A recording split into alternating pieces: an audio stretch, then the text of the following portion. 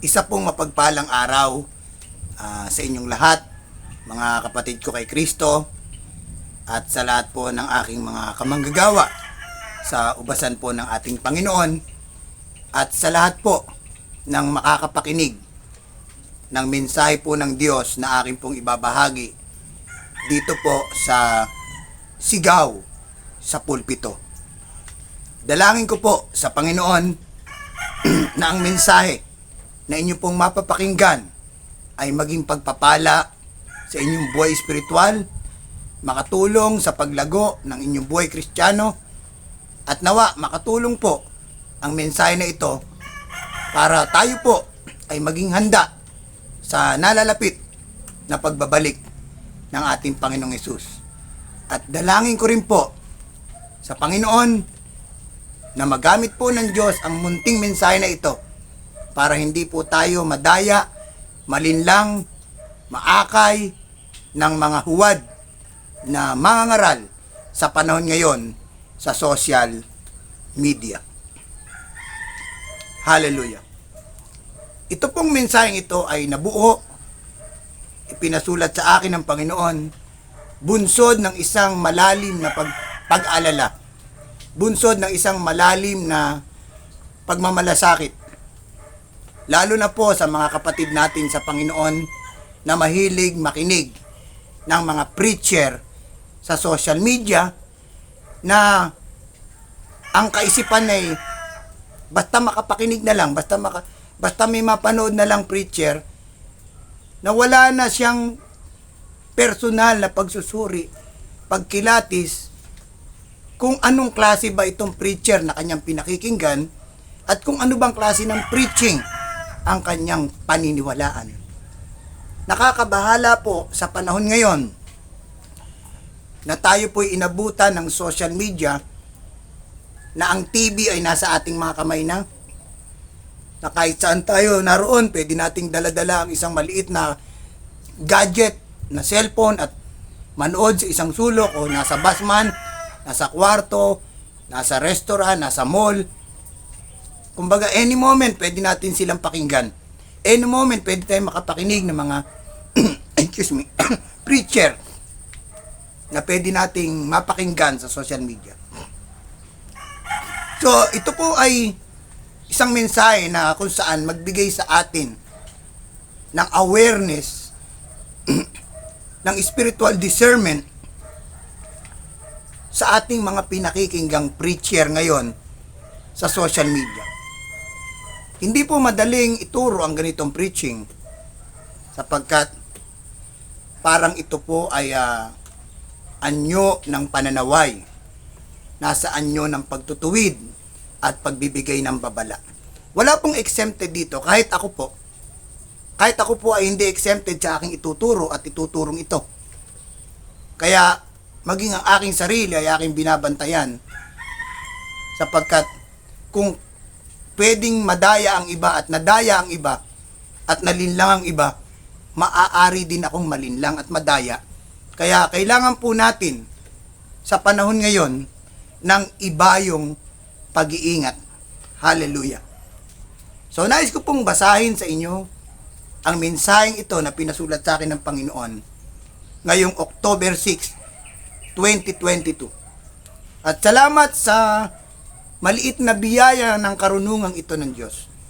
Nawa po, maging blessing po ito sa inyong pananampalataya.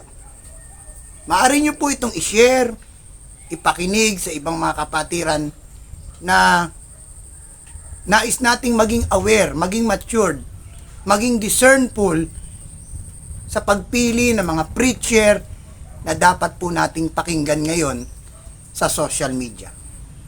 Ang pamagat po ng mensahe na nais ko pong ibahagi sa inyo ngayon ay may pamagat na ganito.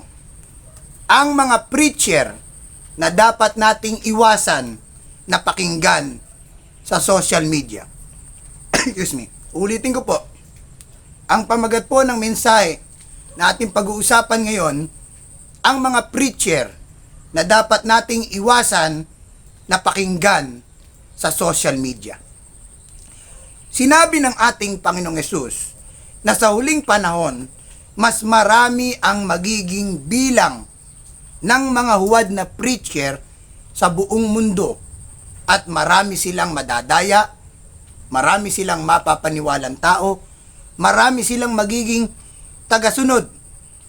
Kung sa panahon natin ngayon, ang mga huwad na preacher ay magiging viral, magiging popular, at maraming magiging follower.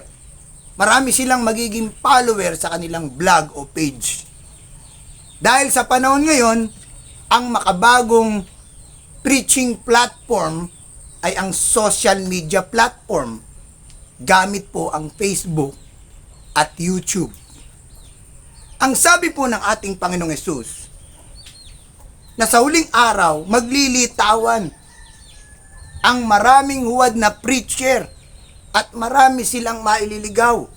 Ito po ay isang napakaseryosong babala ni Jesus sa lahat ng mga tunay na mananampalataya sa panahon natin ngayon.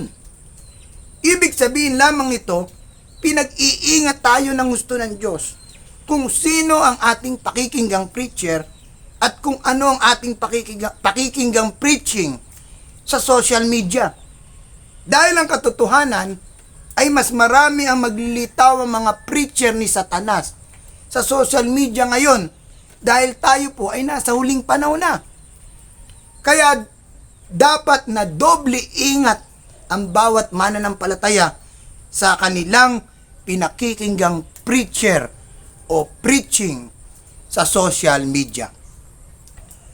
Kung meron man po na isang ikinababahala o ikinabahala si Apostol Pablo sa mga mananampalataya noong kanyang kapanahunan, ay sila ay madaya, mapaniwala, mapasunod o malinlang na manghuwad na mangangaral sa kanilang kapanahunan. At sa katotohanan, naganap ito sa iglesia sa Bagong Tipan. May mga iglesia po sa Bagong Tipan na napasok po ng mga maling aral, maling tagapagturo, katulad po ng iglesia sa Galacia, katulad po ng iglesia sa Corinto, iglesia sa Pilipos, sa Epeso, at iba pa pong mga iglesia. Sa sulat ni Pablo, ni Pedro, ni Juan, ni Judas, makikita po natin yung problema sa maling aral na pumasok at naganap sa loob po ng iglesia. At itong ikinabahala ng gusto ni Apostol Pablo. Kaya ang problema na ito tungkol sa mga maling tagapagturo at maling turo ay hindi ipinagwalang bahala ni Pablo. Hindi niya ito pinalampas. Hindi niya ito tinignan na maliit na usapin. Ito'y agad niyang sinawata. Hinarap niya ang problema ng maling aral at maling tagapagturo sa iglesia. Alam ni Pablo na ang mga maling mangangaral ay kampo ng dyablo at mag-aakay sa iglesia sa apoy ng impyerno. Kaya hindi po ito simpleng usapin.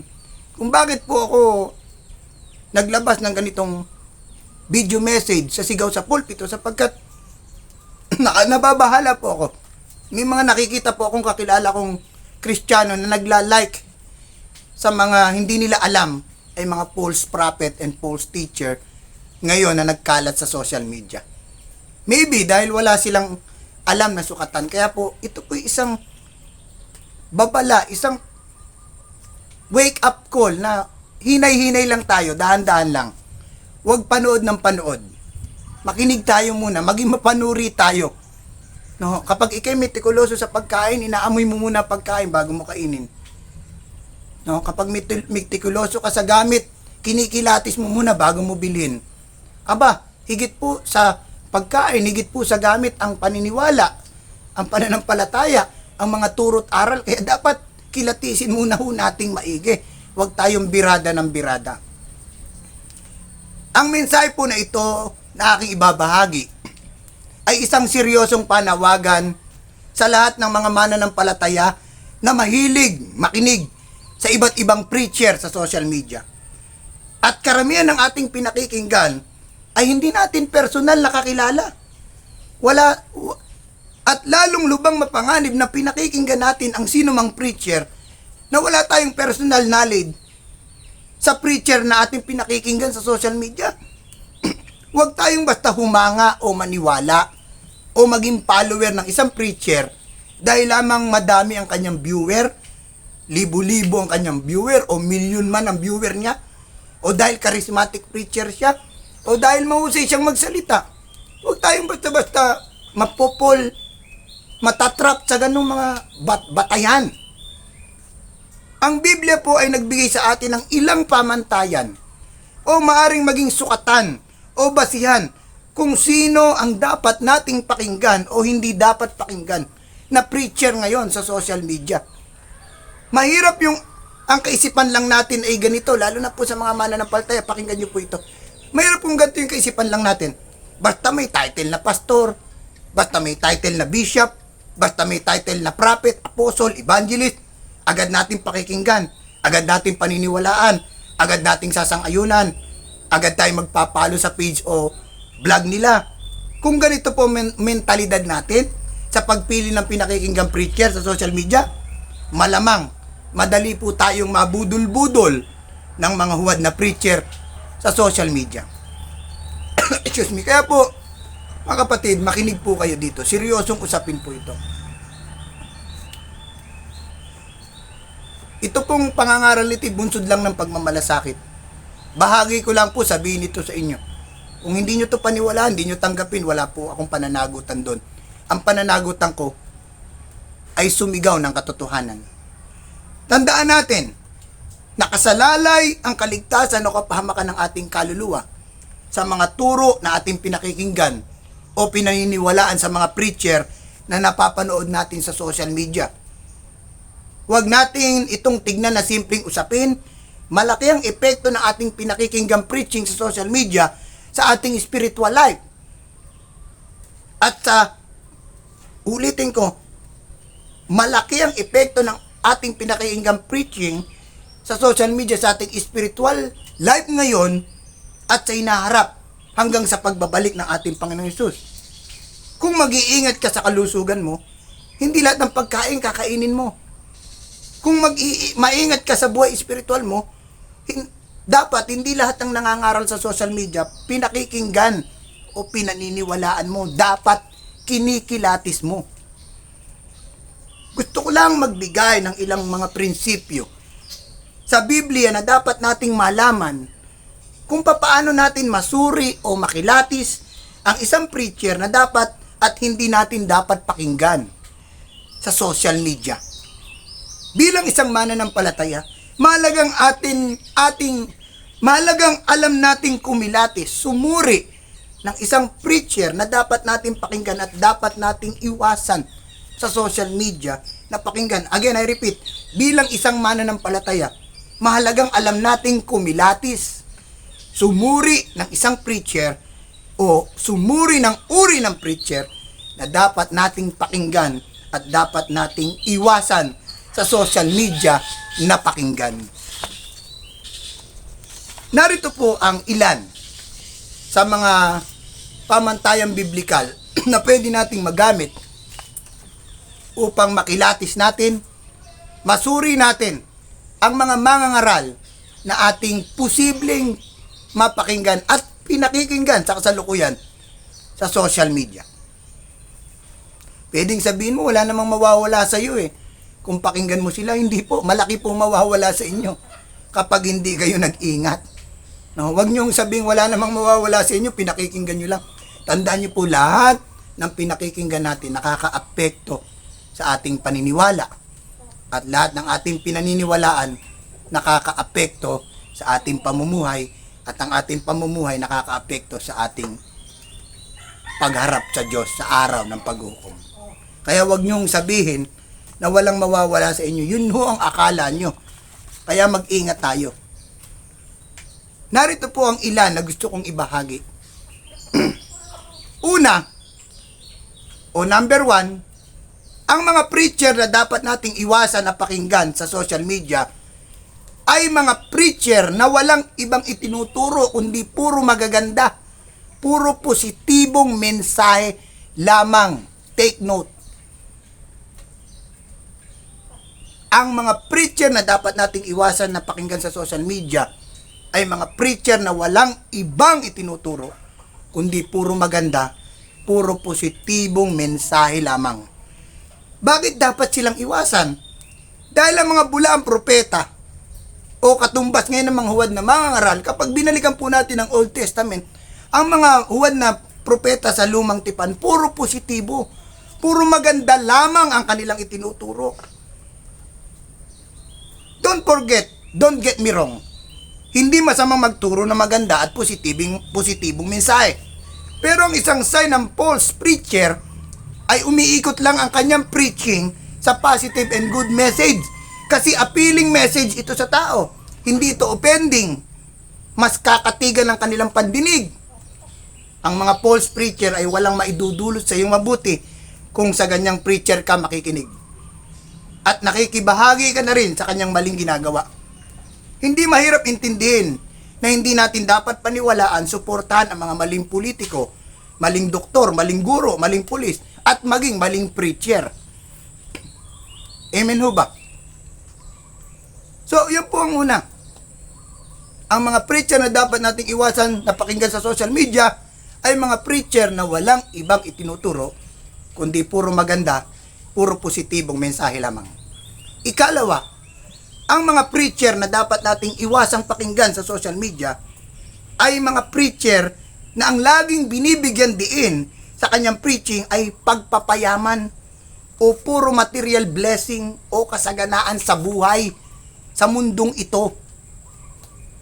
Ulitin ko po, number 2, ang mga preacher na dapat nating iwasang napakinggan sa social media ay mga preacher na ang laging binibigyan diin sa kanyang preaching ay ang pagpapayaman o puro material blessing o kasaganaan sa buhay sa mundong ito. Mag-ingat tayo sa mga self-proclaimed apostle, self-proclaimed prophet ngayon sa social media na mapapanood natin sa Facebook at YouTube na kung magbigay din sa material blessing, prosperity, material blessing ay wagas. At sila mismo ay marangya ang pamumuhay, may malalaking tahanan, magagarang sasakyan at masasarap ang kanilang kinakainan lugar. Ang ganito mga preacher na yumaman nagkamal ng salapi sa pagmiministeryo ay taliwas na taliwas sa mga tunay na propeta sa lumang tipan at mga apostol sa bagong tipan. Ang mga tunay na propeta at tunay na apostol hindi namuhay ng marangya. Hindi sila nagpayaman sa ministeryo. Hindi sila naging maluho. Namuhay sila ng simple katulad ng ating Panginoong Yesus. Ang mga bulaang propeta at mga bulaang tagapagturo ay mga gahaman sa salapi, sabi ng Biblia. Si Apostol Pablo ang nagsabi, hindi niya pinag-imbutan ng salapi, damit, ninuman. Lahat ng pribileyo na yumaman si Apostol Pablo, hindi po niya ito ginawa. Ang mga tunay na propeta at apostol, ayon sa Biblia, hindi magpapayaman o magiging milyonaryo dahil sa ministeryo.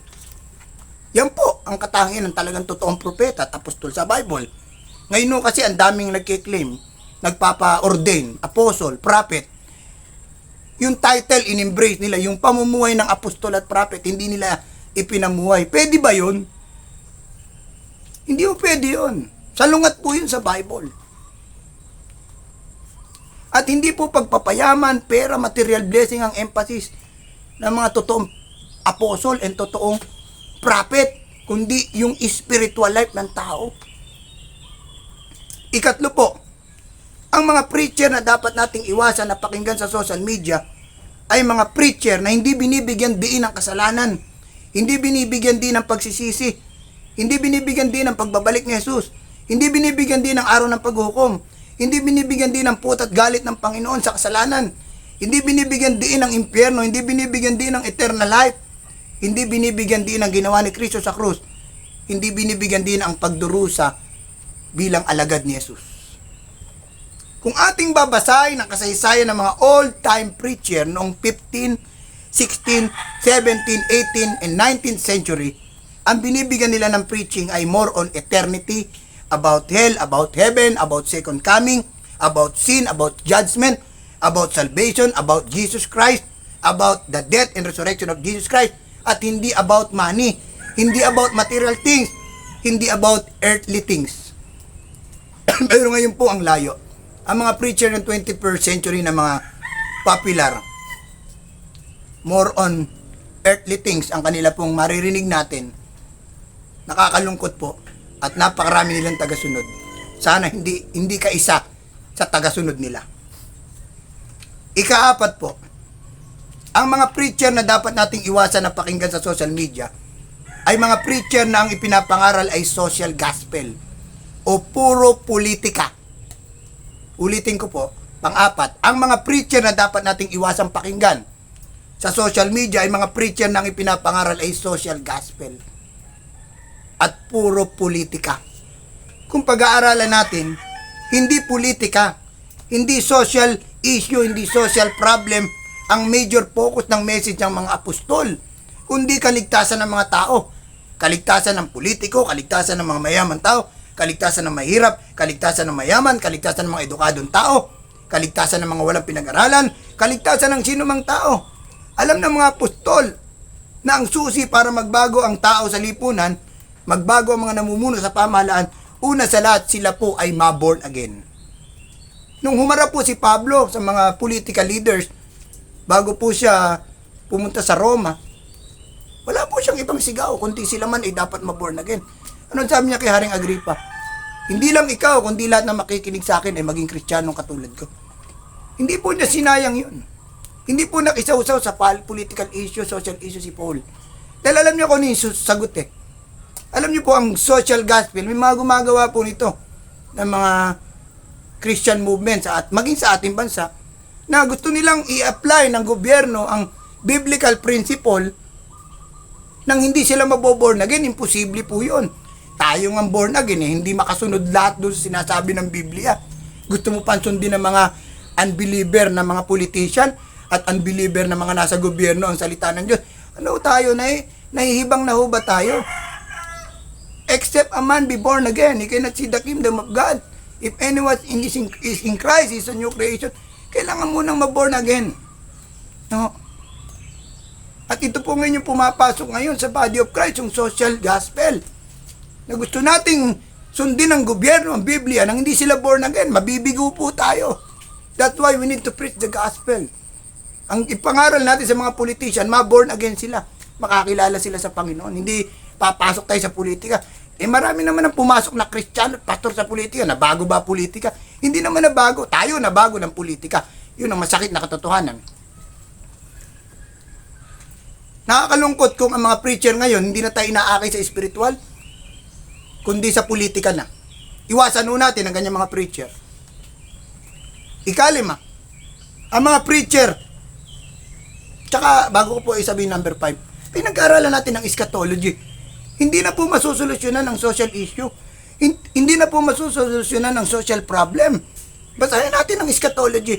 Lalala at lalala ito, luluba at luluba ito, ang kahirapan, ang politika, lalala yan, ang gera, lalala yan. Hihinto lamang yan pag bumalik ang Panginoong Hesus. Kaya kung ito pagdutuunan ng pansin ng church, social problem, political problem, economic problem, we are wasting our time. We need to focus on very important issue. Ito yung spiritual problem ng tao. Politiko man yan, negosyante man yan, mayaman man yan o mahirap, nag-aral man yan o hindi. Importante, pumokos tayo. Kaya saan pinatuon ng Panginoon ng mga apostol? Sa Great Commission, hindi sa Great Commission. 5, ang mga preacher na dapat nating iwasan na pakinggan sa social media ay mga preacher na hindi nagtuturo ng pagiging concern niya sa kaligtasan ng inyong kaluluwa.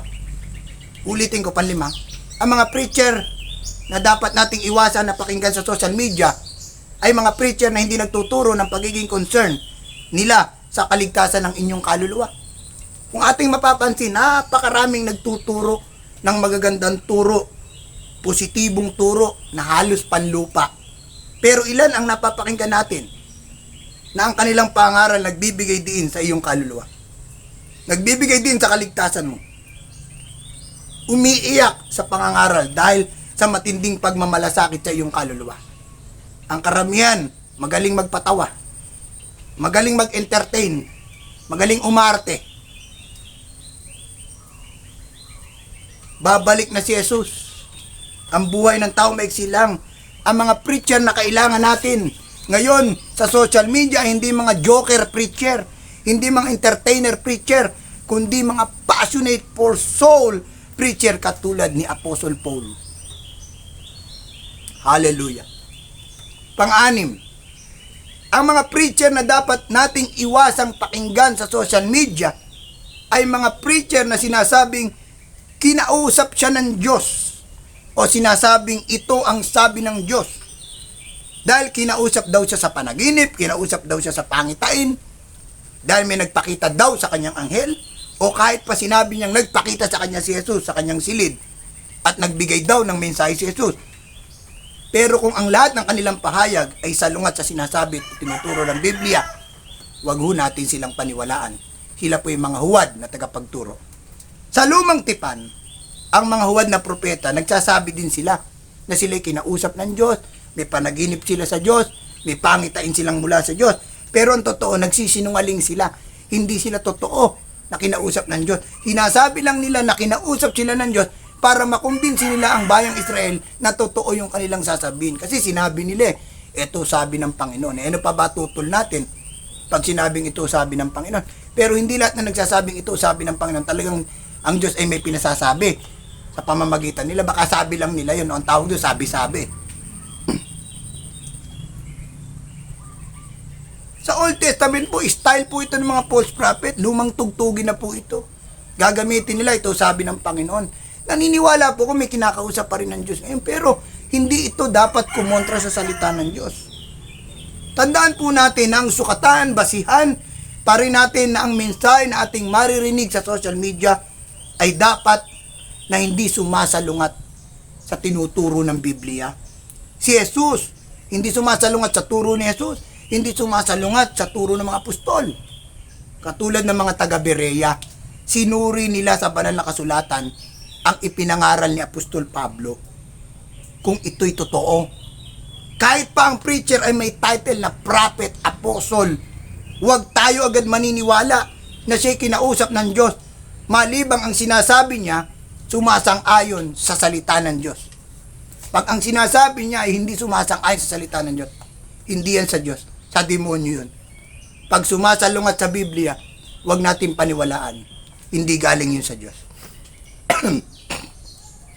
Pampito, ang mga preacher na dapat nating iwasan na pakinggan sa social media ay mga preacher na ang dala ay prophetic, healing, and deliverance ministry na hindi ayon sa pamantayan ng Biblia, na gumagamit ng Eastern religion practices ng pagsasagawa nila ng healing and deliverance ministry sa mga tao. Makinig ko kayo, marami po nito ngayon sa social media.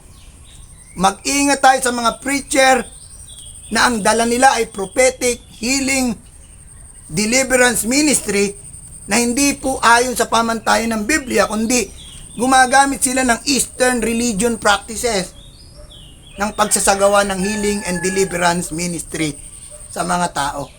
Mag-ingat po tayo rito. Alam niyo po, ang Eastern religion practices ay satanic yan.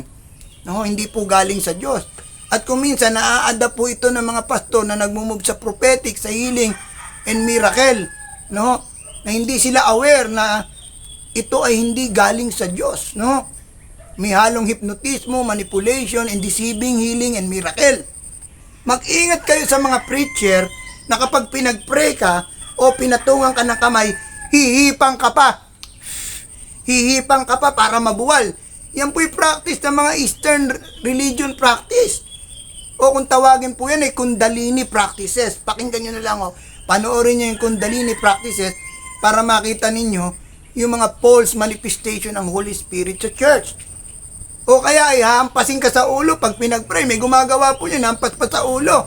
Sipin mo, nagpa-pray ka na, binatukan ka pa. Ano ba naman yun? Nagbumatok ba ang Panginoon? Umihip ba ang Panginoon? Ano, mukhang kalabisan na wala namang problema ang patungan ng kamay, ipag-pray, pero hipan mo pa at pukpukin mo pa sa ulo. Abay, ibang usapan. Yung paano kung mababaw ang bumbunan nun? At kung ano-ano pa. Yung iba ay tinutusok pa sa tiyan para mabuwal. Talaga mabubuwal ka. At kung ano-ano pang idinadagdag nila, meron pa nga akong napanood, yung tubig, gagawin daw alak, kaya naniwala naman, yung tubig na nasa bote, magiging alak. Ay, Sus Maria Josep, ano ba nangyari?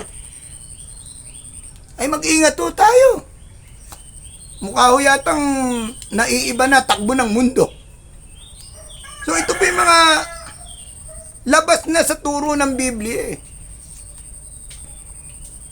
At kung ano-ano pa pong mga formulang ginagamit nila para magpagaling o magpalayas ng demonyo. Eh no, pinagkaiba natin sa mga albularyo kung ganun din pala gagawin natin. Tandaan natin na kung may totoo, may peke, may huwad. Ito po sabi ni Jesus, no? At sinabi ni Jesus na isa sa gagamitin ng diablo, ng Antikristo, ay mga mapandayang signs, wonders, and miracle. Kaya doble ingat po tayo. Gamitin po natin ang ating spiritual discernment sa pagkilatis sa kanila kung sila ba ay sugo talaga ng Diyos o sugo ng demonyo. Honestly, personally, naniniwala ako sa healing, naniniwala ako sa deliverance, pero sa biblical way, hindi sa occultic way. Kasi may deception eh. Lalo ngayon, ang lakas maka-attract nung may gumaling, may napalayas ko nung na evil spirit, may lumakad na lumpo. Hindi po ako against dyan, naniniwala po ako dyan. Pero in a biblical way, kasi kahit sa Bible, ika-counterfeit po yan. Di ba sabi po ng Matthew 7, nagpalayas kami ng demonyo, nagpagaling ng may sakit, gumawa ng kababalaghan. Sabi ni Jesus, lumayo kay sa akin, mapaggawa ng kasamaan. No. Ganon din yung sa Matthew 24. Nagagamitin ng diablo yung mapandayang mga signs and wonders and miracle, even sa Thessalonian. So mag-ingat tayo, magkakaroon ng deception. No, kasi lalo tayo mahilig tayo sa supernatural. Baka kakahilig natin sa supernatural, mapunta tayo sa impyerno kung di tayo mag-iingat. Again, I'm not against supernatural. I believe on supernatural.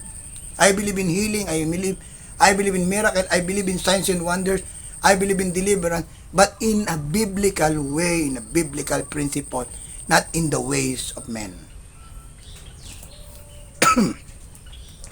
Hallelujah. Mga kapwa ko mananampalataya, nasa huling panahon na tayo. Malapit nang bumalik si Jesus. Ang buhay natin ay maiksi lamang. Ang paglitaw ng Antikristo ay malapit na. Ang rapture of the church ay malapit na. Huwag nating hayaan na maging tagasunod tayo ng mga huwad ng mga ngaral ngayon sa social media na aakayin lamang tayo sa apoy ng kapahamakan. Aakayin lamang tayo papalayo kay Kristo. Maging katulad po tayo ngayon mga kapatid ng mga mananampalataya sa Berea. Hindi sila basta-basta naniniwala sa itinuturo ng isang preacher. Sa halip ay sinasaliksik nila ang banal na kasulatan. No? Sinasaliksik muna nila ito. Tinitingnan nilang maigi kung nasa salita ba ng Diyos ang kanilang pinakikinggan sa isang mangangaral. Hallelujah. Nawa sa ilang mga puntos na aking ibinahagi sa inyo, na ilang prinsipyo sa pagkilatis ng isang huwad na mangangaral ay makatulong sa inyo na maging maingat sa mga preacher na inyong pinakikinggan sa social media. Lagi tayong manalangin. Lagi tayong humingi ng gabay sa banal na Espiritu na akayin tayo sa lahat ng katotohanan. Sabi ni Jesus, bababa ang Espiritu Santo sa atin, mananahan at aakayin tayo sa lahat ng katotohanan. Kaya importante sa panahon ito, lagi tayong nananalangin, lagi tayong nagbabasa, lagi tayong humingi ng gabay sa Holy Spirit na akayin tayo sa landas ng katotohanan. Mga kapatid ko kay Kristo, kung nakikinig tayo sa mga huwad na tagapagturo na ito, may kasama silang masamang espiritu. At hindi katakataka na ikaw ay maimpluwensyahan nila at baka isang araw makita mo na lang ang iyong sarili. Wala ka na pala kay Kristo. Kaya sana huwag maging matigas ang ating mga ulo. Kung alam nating mali ng mga ngaral, nakilatis natin, huwag na ho nating babaran. Huwag na nating pag-aksayahan ng load ng data.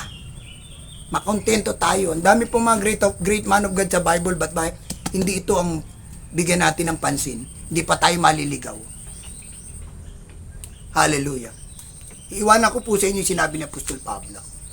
bilang pangwakas. Hindi ito katakataka sapagkat si Satanas man ay nagkukunwaring anghel ng liwanag. Kaya hindi katakataka na ang kanyang mga lingkod ay magkunwaring lingkod ng katwiran. Ang kanilang kahinatnan ay ayon lamang sa kanilang mga gawa. Ikalawang Korinto 11:14 to 15. Marami pong salamat at nawa po huwag tayong madaya ng mga huwad na mangangaral sa social media sa huling panahong ito.